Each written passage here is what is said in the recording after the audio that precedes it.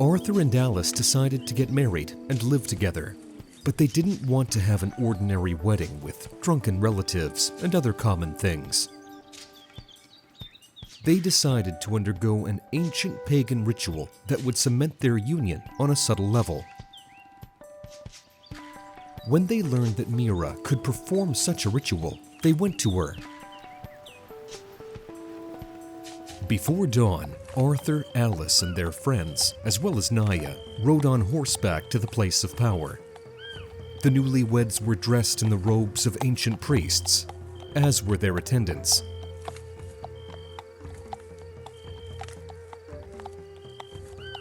They rode through a beautiful oak forest until they came upon a huge, mossy, dark green stone.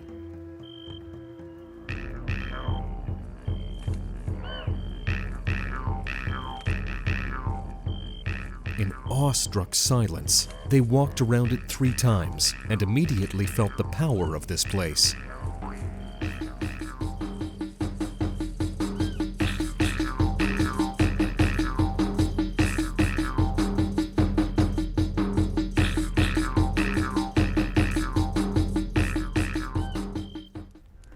This megalith is the same age as the dolmens.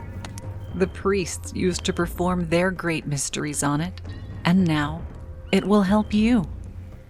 The lovers plunged into some ancient, unearthly state, as if they had been transported to millennia ago.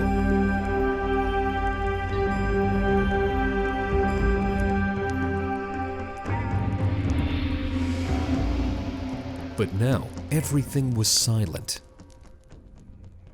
Mira performed the ritual, and Arthur and Alice, holding hands, waited for the sun.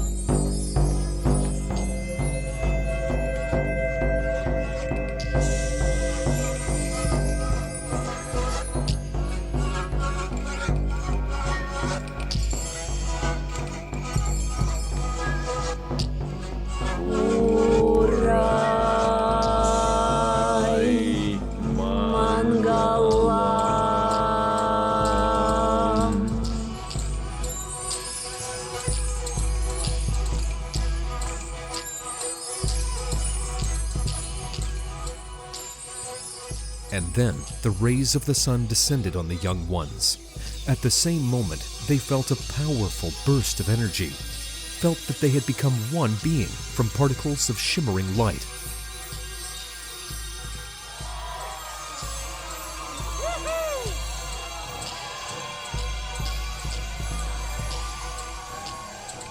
On the center part of the stone where the altar had been placed, the illuminated gifts were laid. And during the festivities around the fire, each one took their gift and presented it to Alice and Arthur with good wishes. Unlike an ordinary wedding, no one was drunk. Everyone was in an elevated and solemn state of mind. You see, people can have fun without vodka as joyfully as children do. Only a false personality with its roles prevents them from being free, makes them afraid of each other. One should be in one's own essence and not be a slave to the roles imposed by a sick society. Yes, friends, I feel so light and happy.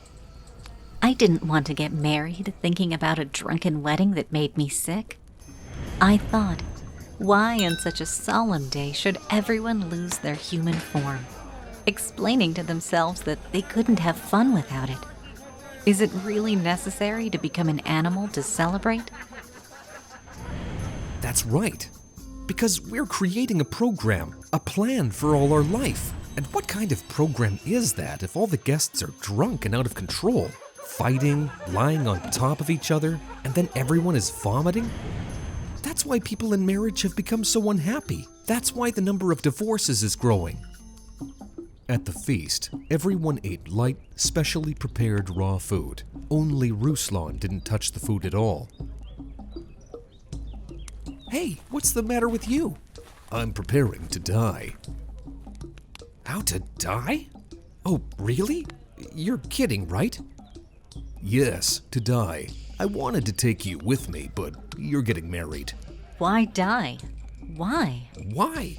You know, there are dolmens nearby. They were special tombs where every initiate went through the ritual of dying. That is, separating themselves from everything alien, imposed by society and upbringing. This ancient ritual helps to find your essence and yourself outside of all these lies that were imposed on me. That I am Russian, son, grandson, brother, brother-in-law, matchmaker, student, friend, enemy. All these are just my roles, not myself. I lost myself among these roles and external impressions, images, advertising, movies, books, other people's views, habits, reactions. Interesting. I want to go with you too, but perhaps next time. Why don't you eat? I've been fasting for about 40 days now to cleanse myself before the practice. Otherwise, it won't be deep enough. So, I invite you on a wedding trip.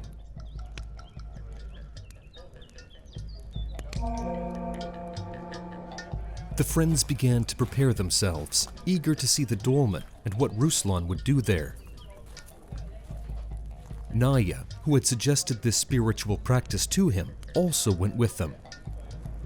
I'll be on duty at the dolmen while Ruslan is dying, to meet him from the other side of the world. They got into the jeep and drove along a picturesque mountain road.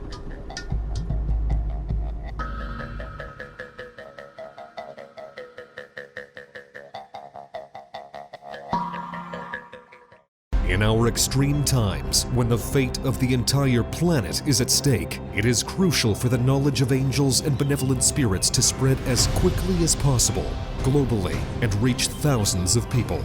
In this way, we can change the future of all humanity. Which is why we are addressing you, dear soul of light. Spread the knowledge about our wise books and films. Share links to videos or cartoons. All of this is available and free. Invite women to individual practices, webinars, and seminars. And the Great Spirit of Light will help you and your family. It will direct an enormous amount of energy to fulfill all your desires. Benevolent spirits and angels will assist you and your loved ones in all matters. A thread of light and love extends from your heart to the hearts of thirsty women, and the creation of good and the dissemination of enlightened knowledge throughout the world begins. Become part of the mission of light. Help people, and God will help you.